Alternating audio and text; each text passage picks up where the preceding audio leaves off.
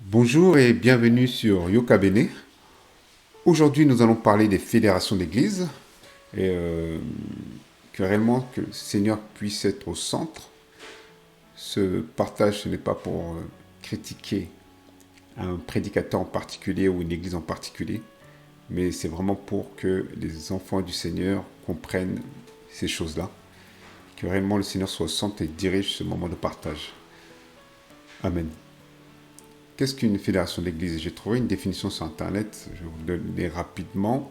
Les fédérations d'églises permettent à plusieurs églises de coopérer tout en gardant leur autonomie pour agir ensemble dans la société, partager des ressources et témoigner d'une unité. Voilà, ça permet le renforcement de l'unité, poids plus important dans la société, et mutualisation des moyens, moins de doublons, plus d'efficacité. Exemple pour l'organisation d'événements de formation. Ça permet le dialogue interconfessionnel, ça permet aussi la formation des pasteurs, matériel pédagogique, aide financière, notamment aussi pour avoir du poids auprès des banques. Voilà pour en gros. Et sans plus tarder, nous allons prendre les Écritures. Dans Genèse 11, Bereshit 11, toute la terre était d'un seul langage et d'une seule parole. Et il arriva, comme ils se déplaçaient à l'Orient, qu'ils trouvèrent une vallée en terre de Shinéar et y habitèrent.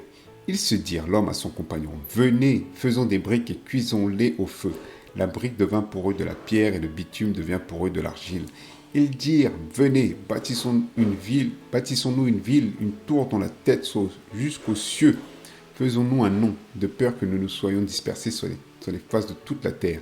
Yahweh descendit pour voir la ville et la tour que les fils des humains bâtissaient. Yahweh dit au verset 6, voici ce peuple est un. Ils ont tous un seul langage.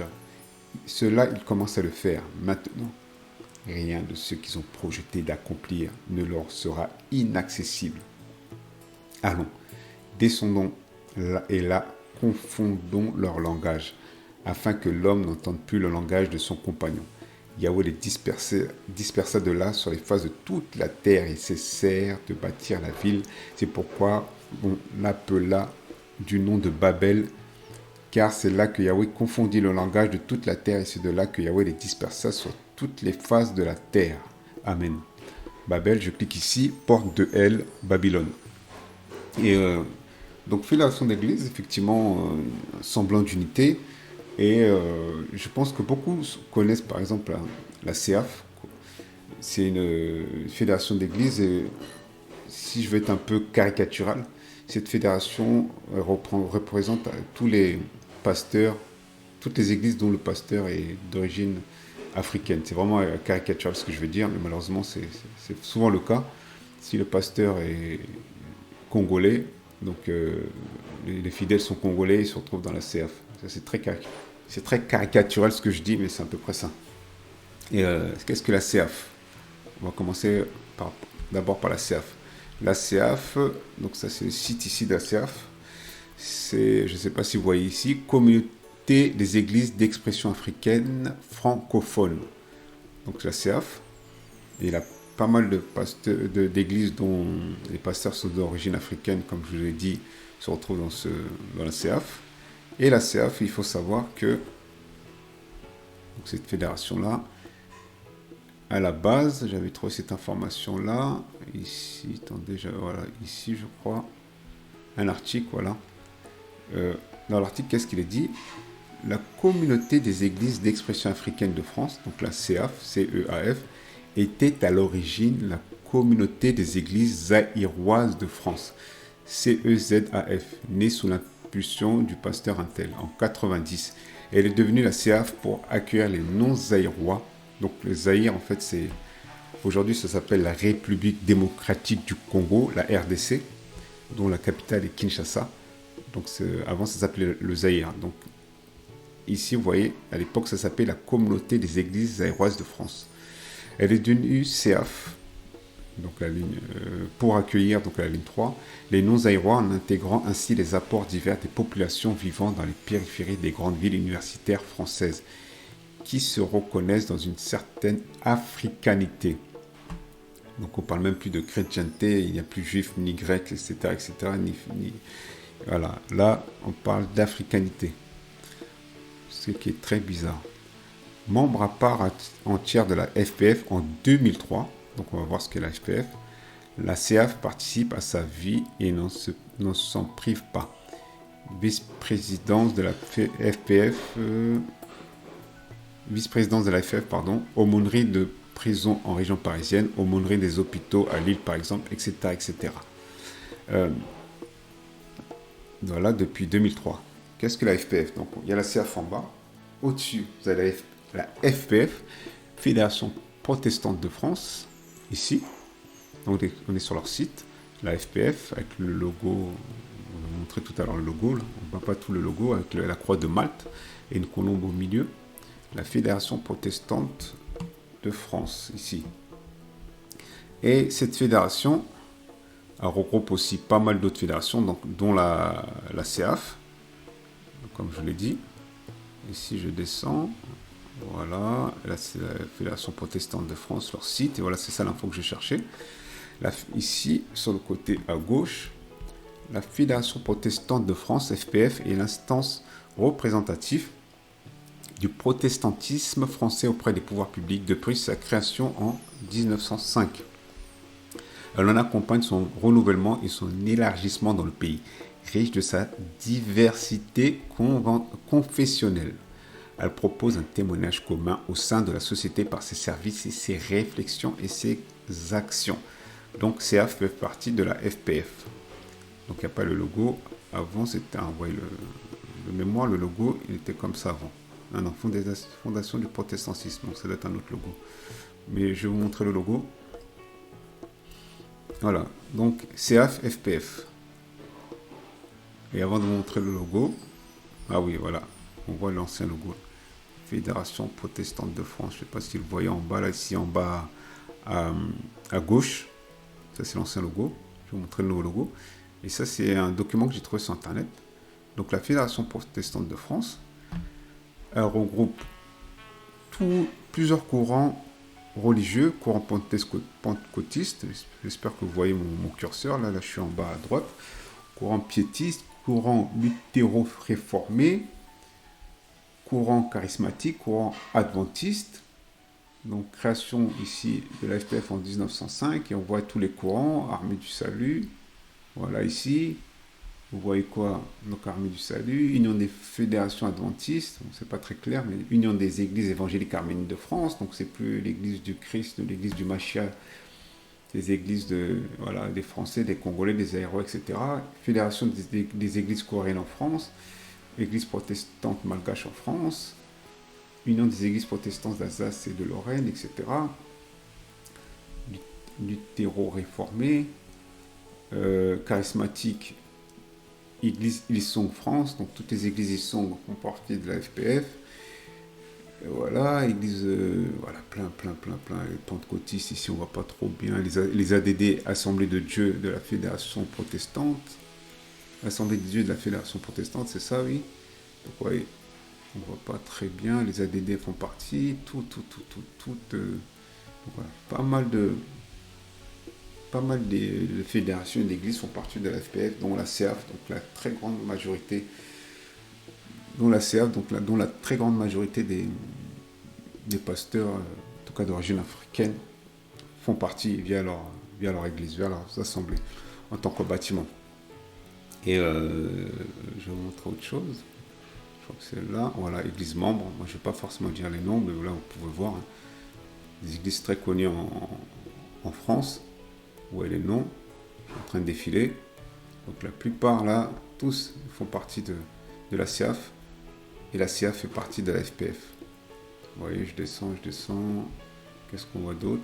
Vous lisez en même temps. Je ne vais pas lire les noms pour pas leur faire de la pub et pour pas qu'on leur dise dire que je les critique.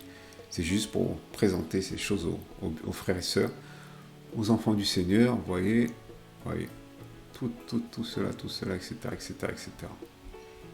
Je descends, voilà, c'est la fin. Et voilà. Donc, CAF en bas, Communauté des églises d'expression africaine francophone. Au-dessus, FPF, Fédération protestante de France. CAF fait partie de la FPF. Et là, c'était en 2015-2016, en fait, quand je me suis penché dessus. je me suis rendu compte qu'au-dessus de la FPF, enfin au même niveau que la FPF, il y a une autre fédération. Et d'autres églises qui font partie peut-être que de la FPF ou de la CERF peuvent aussi faire partie de cette fédération-là. Et on verra plus, on va le voir. Et ensuite, je vais vous montrer un schéma pour que ce soit plus clair. Donc, au même niveau que la FPF, là, le logo, je vais vous montrer. Donc, ça, on l'a vu. Au même niveau que la. Tout à l'heure, je vous montrerai le logo. Et donc, le CNEF. Donc, là, au même niveau que la FPF, vous avez le CNEF. Si ça veut bien s'ouvrir, le CNEF, Conseil national des évangéliques de France. Conseil national des évangéliques de France. Une petite description ici, c'est pour exprimer et approfondir leur unité en Jésus-Christ, rendre davantage visible le protestantisme évangélique dans la société française et promouvoir le témoignage de l'évangile en parole et en acte, que des unions d'églises et des œuvres protestantes évangéliques se mobilisent au sein du CNEF, au niveau national et dans les territoires. Regardez ici, le CNEF représente 70% des églises protestantes évangéliques de France, 34 unions d'églises et 179 associations membres. Voilà, donc ça c'est le CNEF, ouais, avec le site, plus de 2530 lieux de culte, etc., leur histoire, la vision, etc. Ça c'est le site officiel du CNEF. Voilà. Conseil national des évangéliques de France. Donc je répète, CEAF, au-dessus FPF, au même niveau que le CNEF. Conseil national, au même niveau que le CNEF, le FPF, FPF et CNEF au même niveau. Il faut savoir que FPF et CNEF collaborent. Là je vais vous montrer, membres. Donc là c'est les membres du CNEF. Il y a pas mal de choses qui sont expliquées. Et moi c'est juste que ce que je voulais vous montrer, c'est ici. Même les ADD font partie, voilà, ils ont un pôle ici, là, au CNEF, pardon, etc. Et moi, je voulais montrer cette ligne-là. 3 pôles des unions d'églises évangéliques membres. 3 pour le pôle, pardon. Le comité représentatif est composé de membres élus pour représenter chacun des 5 pôles du CNEF. 3 pôles pour le... Pardon, je recommence. 3 pour le pôle des unions d'églises évangéliques membre de la Fédération protestante de France, le FPF. Vous voyez? Après, on aurait pu s'arrêter là.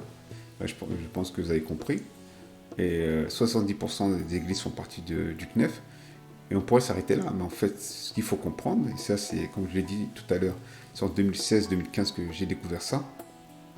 Je me suis rendu compte qu'au-dessus du CNEF, c'est pas fini, il y a une autre structure qui englobe la majorité des fédérations européennes. Donc ça ne s'arrête même pas qu'à la France. Je me suis rendu compte que dans tous les pays, il y a des fédérations. Et ces fédérations, la très très grande majorité est gérée par une fédération européenne. Donc là, je vais vous montrer maintenant le schéma que je voulais vous montrer tout à l'heure. Ici. Voilà mon schéma. Agrandir. Ici, vous avez CEAF, membres. Je fais un schéma avec les flèches en haut, c'est membres. Flèche bidirectionnelle collaboration. Et là, j'ai mis les numéros pour expliquer. Donc la CEAF, ici le 1, Haute Fédération Union d'Église, parce qu'il n'y a pas que la CEAF, il y en a plein d'autres, font partie, sont membres de la Fédération protestante de France. Là, j'ai mis hors EA, je vais vous l'expliquer tout de suite. Collabore avec le CNEF.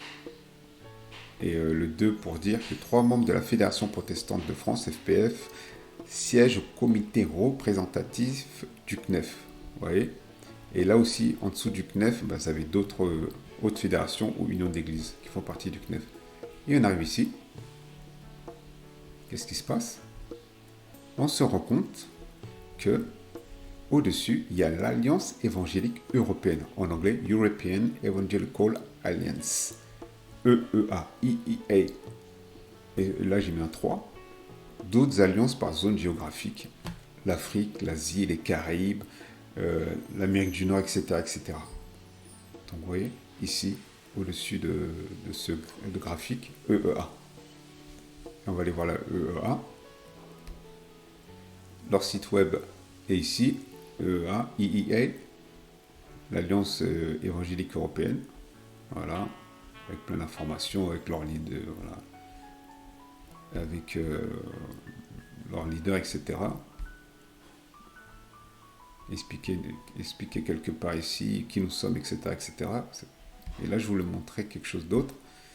Donc le EA, vous voyez, et les alliances nationales évangéliques, donc par pays en Europe, les bien-aimés, les frères et sœurs de Belgique. Sachez que vous avez l'Evangelische Allianz Vlaanderen, excusez-moi pour l'accent, et le responsable c'est Monsieur Albert Valsveer. Et par exemple, ici, voilà, vous avez une autre ici aussi, avec un autre responsable, Daniel Krostanza, Belgique aussi ici. Pour, allez, on va aller voir quel pays. Bah, la France, Conseil national des évangéliques de France, comme je vous expliquais ici. Ici, dans le schéma qui est là, CNEF. Responsable, Monsieur Clément Dietrich. Voilà, on va aller voir qui. Nos amis, peut-être, est-ce qu'il y a la Suisse, Switzerland, voilà. Suergische Evangelische Allianz, dirigé par Viviane Kruger-Baud. Aussi un autre par Christian Kuhn, réseau évangélique suisse. Vous voyez, l'Angleterre, pareil. Tous des pays quasiment d'Europe font partie, je reviens ici, de, non pardon, ici mon schéma de l'EEA. Après on aurait pu se dire, bon on va s'arrêter là. Mais ben non, il faut savoir que au-dessus de l'EEA, vous avez la WEA, World Evangelical Alliance. Ici, World Evangelical Alliance, qui veut dire l'Alliance évangélique mondiale, des fois abrégée par AEM. Et là, ça regroupe toutes les alliances évangéliques, voilà, je crois que j'ai dit ici, voilà, le 3. Donc il y a le EEA, IEA et des autres alliances par zone géographique, Afrique, Asie, Caraïbes, etc. Par exemple, l'Asie, j'ai déjà préparé les onglets pour que ce soit plus simple. 18 alliances nationales, 25 pays, qui existent depuis 1983. Vous voyez, tous les pays, il y a l'Inde, il y a le Japon, Pakistan, tout ça, tous. On va avoir en Afrique 54 pays, 38, je vais mettre 40, mais ici il y a 38 alliances nationales. Voilà, en Angola, Evangelical Alliance of Angola, pour les frères béninois, Fédération des églises et missions évangéliques du Bénin, les frères camerounais, Alliance des évangéliques au Cameroun, Association des églises en Centrafrique, Congo, RDC, Alliance évangélique au Congo. Donc il n'y a pas le Congo, il y a deux Congos. Il y a le Congo, RDC, c'est la capitale, c'est Kinshasa, et l'autre Congo, la capitale, c'est le Brazzaville. C'est Brazzaville, et là, ils ne font pas partie, en tout cas, le Brazzaville. On voit, je pense qu'on va voir le Côte d'Ivoire, Ivory Coast, voilà, Ivory Coast, Fédération évangélique de la Côte d'Ivoire. Donc en fait, tous les pays, dans tous les pays, il y a des alliances évangéliques, et la grande majorité font partie de la WEA qui fête ses 175 ans d'existence. Et je vais vous montrer autre chose. Donc la WEA, son responsable, donc là je suis allé sur la page leadership, c'est le Dr Goodwill Shana. Son responsable c'est Dr Goodwill Shana. Donc je vais pas être caricatural sans vous enfoncer, mais votre pasteur, si vous faites partie des fédérations d'église, pas votre pasteur, votre pape même, j'allais dire, c'est la Fédération protestante de France, voilà, que j'avais dit que j'allais préciser, je vais le repréciser tout de suite, ne font pas partie de la EEA, mais collaborent avec le CNEF. EEA, WEA, sont responsables, Dr Goodwill Shana. Donc votre pape, c'est Dr Goodwill Shana. Ici, la WEA, si vous faites partie des fédérations. Et là, j'ai mis consultation avec l'Église catholique romaine. Il faut savoir qu'il y a des échanges avec l'Église catholique romaine. Donc un grand œcuménisme. Regardez, j'ai trouvé un article sur christiantoday.com. Deux articles, vous allez voir. New New Era, held in Evangelical Roman Catholic Relationships. Donc une nouvelle ère de relations avec les évangéliques et l'Église catholique romaine. Le pape François est le secrétaire général de l'Alliance évangélique mondiale a annoncé une nouvelle ère dans la relation entre les évangéliques et l'Église catholique romaine. Vous voyez, ici, là. Et à l'époque, c'était Dr. Geoff Tunnicliffe. Donc, il y a peut-être une dizaine d'années qu'il était responsable. Vous voyez, donc il y a un rapprochement. Ah, c'était en 2014, effectivement. Une bonne dizaine d'années.